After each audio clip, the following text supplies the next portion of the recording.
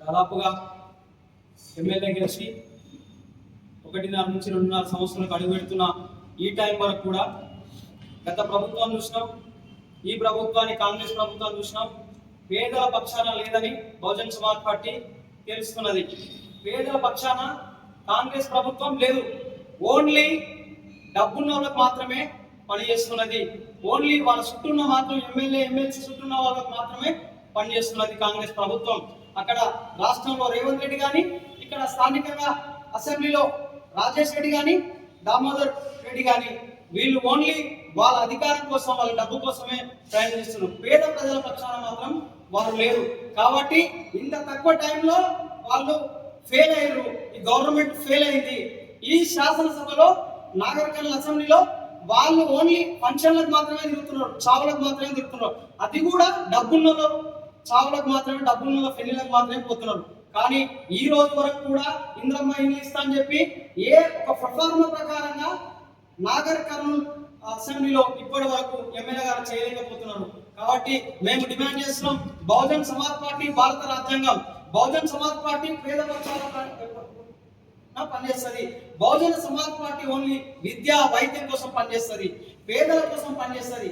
మేము అధికారంలో ఉన్నా లేకున్నా భారత రాజ్యాంగం ప్రకారంగా పనిచేస్తాం.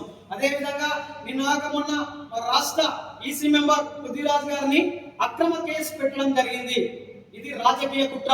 కానీ ఇలాంటి కుట్రలకు మేము తలంగం.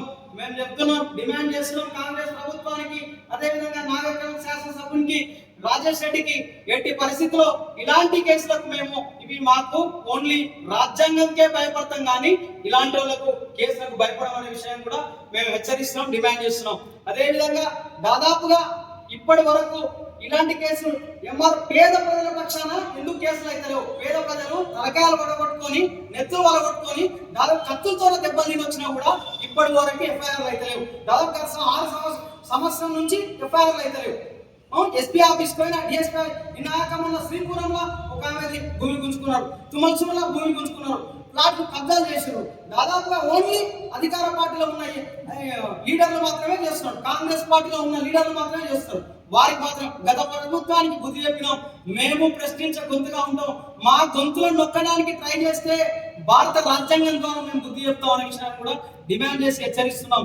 ఎట్టి పరిస్థితుల్లో ఈ కేసును ఫాల్స్ కేసులను పెట్టి ఆటోమేటిక్ గా ఈ విధంగా చేస్తే మేము సహించము.